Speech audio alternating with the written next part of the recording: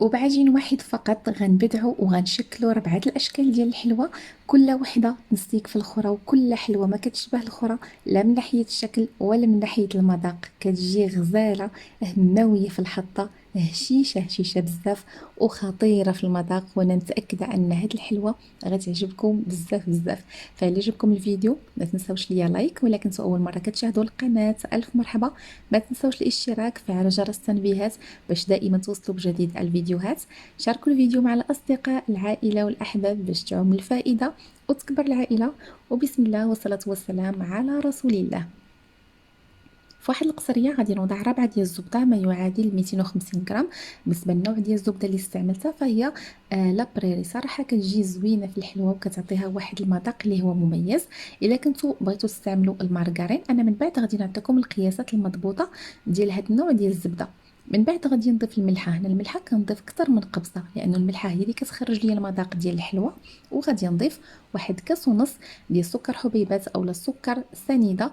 القياسات كلها بالكأس ديال العنبة ما يعادل واحد 225 غرام. غادي نضيف كذلك واحد 4 المثلثات ديال الجبن اللي كيعطي الحلوة واحد المذاق خطير ومميز. اعتمدوه دائما في الحلوة، كيخلي الحلوة تجي بنينة بزاف. غادي نضيف كذلك واحد الكيس ديال سكر الفانيليا من فئة 7.5 غرام. وغادي نخلط هاد المكونات جيدا مع بعض. انا هنا هاد الخليط كنبقى بحال كندعك فيه بحال هكا بايديا باش هذاك السكر نتاكد بانه داب جيدا. او لا ممكن انكم تخدموا بالطراب الكهربائي. من بعد هنايا غادي نضيف واحد الكأس الى ربع ديال الزيت النباتي ما يعادل واحد 120 مليلتر. هنا بالنسبه لهاد لابراري فهي كتكون ميدمه بزاف. هذا علاش يعني كحد اقصى تضيفوا كأس الى ربع، ممكن كذلك تضيفوا غير نص كاس فقط حيت هاد الزبده كتكون ميدمه بزاف. غادي نخلط مزيان هاد المكونات مع بعض، وغادي نضيف واحد 2 حبات ديال البيض اللي كيكونوا في درجه حراره المطبخ. هنا دائما بالنسبه للحلوه اللي كتكون فيها الزبده والزيت والبيض، صبقوا دائما الزيت على البيض، لانكم الا صبقتوا البيض هو الاولاني فهذاك الزبده كتبقى كتكتل لكم وما كتحصلوش على واحد الخليط هكذا اللي كيكون بحال البوماط. وهنا راه ضروري انكم تخدموا الحلوه مزيان في هذه المرحله الاولى. يعني هذوك الزبده والزيت والبيض مع السكر خاصهم يتخدموا مزيان. ولكن ملي كنبدا نضيف في الدقيق صافي كنبقى فقط كنجمع غير برؤوس الاصابع. انا هنا راني ضفت واحد الكاس ديال النشا اولا ديال المايزينا اللي كتعطي الحلوه واحد الهشاشه خطيره بزاف. وصافي من بعد كنبقى كنضيف في الدقيق بالتدريج. وانا ضفت واحد الكيس ديال الخميره الحلويات من فئه 8 غرام. هنا بالنسبه للزبده الا غادي تخدموا بالمارغرين، فالمارغرين كندخلوا معاها 2 كؤوس ديال السكر حبيبات اللي ممكن انكم يعني ديروا نص سكر كلاصي ونص سكر حبيبات. ونفس الشيء بالنسبه لهاد لابرير اللي خدمنا بها تقدروا ديروا نص سكر كلاصي ونص سكر حبيبات. وكتزيدوا 2 كؤوس ديال الزيت لانه المارغرين كتكون ناشفه بزاف. هذا علاش خاصنا نيدموها. كنزيدوا 2 كيسان ديال الزيت. وبالنسبه للبيض راه كنوصلوها حتى 4 ديال البيضات. صافي انا هنايا العجين جمعته ولكن كنخليه مرخوف لاني مازال غادي نضيف بعض الاضافات. انا بالنسبه للدقيق او كميه الدقيق اللي دخلتها غير في هذه المرحله فهي 600 غرام، ولكن كنأكد انه العجين ضروري يكون مرخوف بزاف على حسب هذوك الاضافات اللي غنضيفوهم باش العجينه ما نقصحوهاش. هنا الا كنتو غتخدموا بالمارغرين فهي راه ما شاء الله كتعطي واحد الكونتيتي اللي كبيره، غتخرج لكم اكثر من 4 الاشكال ديال الحلوه. راه كتوصل حتى ل6 الاشكال ديال الحلوه لانه المقادير ديالها كيكونوا مضوبين على الزبده العاديه او الزبده ديال العلبه. انا هاد العجين قطعته 4 ديال القطع. بالنسبه للقطعه الاولى انا غادي نكهها بالبسكوي اللي كيكون مطحون فقط. غادي نجمعها غير بيمو اللي خديتو اي بسكوي متوفر عندكم وكيعجبكم المذاق ديالو خذوه طحنوه وغربلوه حيت كيبقاو فيه دوك التكتلات وجمعوا به هذاك العجين. انا ما غاديش نضيف لهذاك القطعه الاولى نهائيا الدقيق، غنبقى كنجمعها بالبسكوي المطحون فقط. صافي كنجمعها وكنوضعها جانبا. بالنسبه للقطعه الثانيه غادي ناخذ 2 ديال الحامضات اللي كيكونوا متوسطين كنغسلوهم مزيان وكناخذ القشره الفوقانيه فقط. وغادي نضيف واحد 2 معالق كبار ديال شعريه الشوكولاته اولا الفيرميسيل اللي كنكون حاطاها في المجمد. ضروري حطوها في المجمد باش ملي تكونوا كتخدموا بها بحال هكذا ما تذوبش لكم في ايديكم، كتبقى بحال هكا دوك الحبيبات ديالها كيبقاو واضحين. صافي غادي نحطها جانبا. وغادي ناخذ القطعه الثالثه ديال العجين. هنا العجين كنحلو بحال هكذا باش ما نحتاجش انني ندلكو ويخسر ليا من بعد، كنبقى بحال هكا غير كنجمعو غير بصباعي فقط. بالنسبه لهاد القطعه الثالثه غادي نكهها بالفلون بنكهه الكراميل، وهاد القطعه ضروري غادي نزيد ليها شويه ديال الدقيق. كيف ما لاحظتوا القطعه الثانيه راه ما زدتش ليها الدقيق، فقط هذاك الفيرميسيل شوكولا والقشور ديال الحامض راه جمعوها، ما احتاجيش نزيد ليها الدقيق نهائيا. صافي هاد القطعه اللي درت ليها الفلون غنجمعها، والقطعه الاخيره غادي نضيف ليها الكاكاو. انا هنا الكاكاو ما توفرش عندي الكاكاو اللي كنخدم به، كاكاو ديال العبار. الا ما توفرش عندكم غادي تستعملوا هذا الكاكاو اللي كيكون في هذه الاكياس. صراحه هذا هو بنين وكيعطي واحد المذاق اللي زوين زوين بزاف. هنا الكاكاو ضروري تخدموا بنوعيه جيده باش هاد الحلوه تخرج لكم زوينه.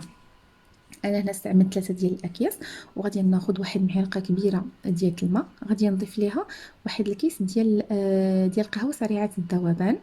هنا الماء تقدروا تعوضوه بالحليب، انا الحليب ما كانش عندي صراحه، خدمت غير بالماء.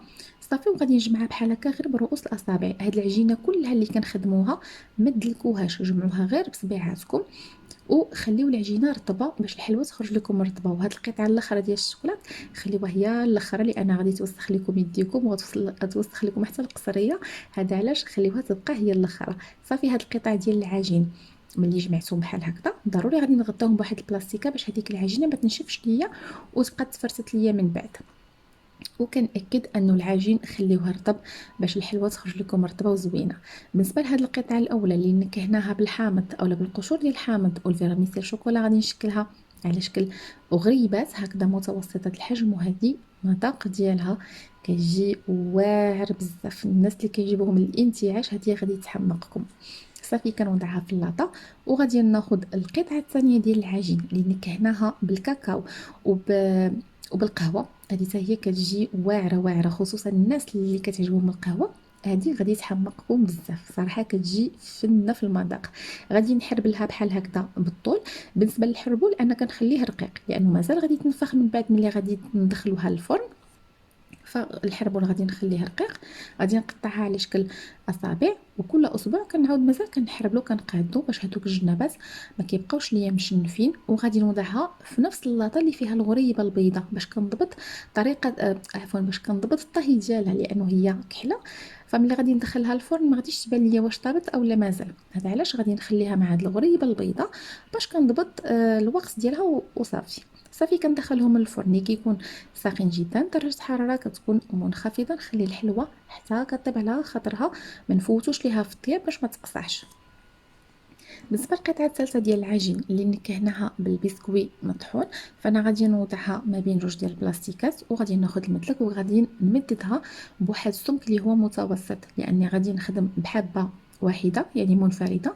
كنخلي السمك متوسط، ما نرققهاش بزاف باش ملي ندخلها للفرن ما يختفاش ليا وما تحرقش. وصافي كناخذ هنا واحد الطابع هذا ديال الورده اللي كيكون مشنف وكنطبعها. انا صراحه كنت بغيت ما كبر منه شويه ولكن ما كانش عندي، كان عندي غير هذا اللي شي شويه صغير. صافي كنطبعها وحتى هي غادي نوضعها في اللاطه وكندخلوها الفرن كيكون ساخن على درجه حراره منخفضه. حتى هي كنخليوها طيب على خاطرها ونخليو اللون ديالها يبقى ذهبي، ما تحمرش لينا بزاف. بالنسبه للقطعه الاخيره اللي نكهناها بالفلون ديال الكراميل، انا هذيك القطعه ديال العجين كلها شكلتها على شكل كرات باش ملي نبغي نشكل الحلوه تجيني كلها مقاده، ما تجينيش وحده كبيره وحده غليظه وحده رقيقه. صافي هنايا غادي نحرب لها. كناخذ الغطاء ديال القنينه هذا اللي كيكون صغير، غير الغطاء ديال القنينه ديال الايطرو، وكنخليه بحال هكا مقلوب. وكناخذ داك الحربول ديال العجين وكنلفو عليه وكنبقى كنضغط باش كياخذ لي الشكل ديال هذا الغطاء. وهنا هذا الغطاء خليه مقلوب. كناخذوا هذا الغطاء بالعجين ديالو كامل وكنحطو في اللاطه، وكيف ما لاحظتوا ملي كنخليه مقلوب كنزولو بكل سهوله. صافي غادي نكمل هاد العجين كله بنفس الطريقه، وحتى هو غادي ندخلو الفرن ساخن درجه حراره منخفضه.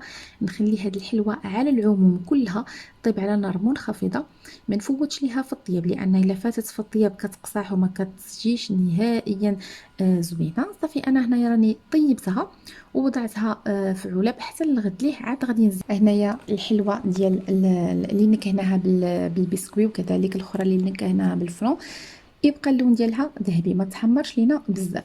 بالنسبه للشكل الاول اللي نكهناه بالكاكاو وبالقهوه، فانا غادي ناخذ شوكولاته سوداء غادي نذوبها. هنا الشوكولات ملي تذوبوه ما تخدموش به في البلاصه، خليوه شي شويه حتى حتى كيبدا كيتقال، لانكم الا خدمتو به في البلاصه فهو الحلوه ما غاديش تهز لكم بزاف ديال الشوكولاته، بحال الحلوه كتبقى باينه من تحت الشوكولاته، ما كتجيش نهائيا زوينه. خليه واحد شي شويه حتى كيتجمع. غصوا غصوا الحلوه فيه وخليوه. بالنسبه لهاد الحلوه فهي خرجت ليا 31 حبه، وكيف ما لاحظتوا ملي كنحط الحبه راني كندفعها واحد شويه باش ما كيبقاش ليا واحد الكميه كبيره ديال الشوكولاته تحت منها. المهم هنا الفيديو راه سبقني.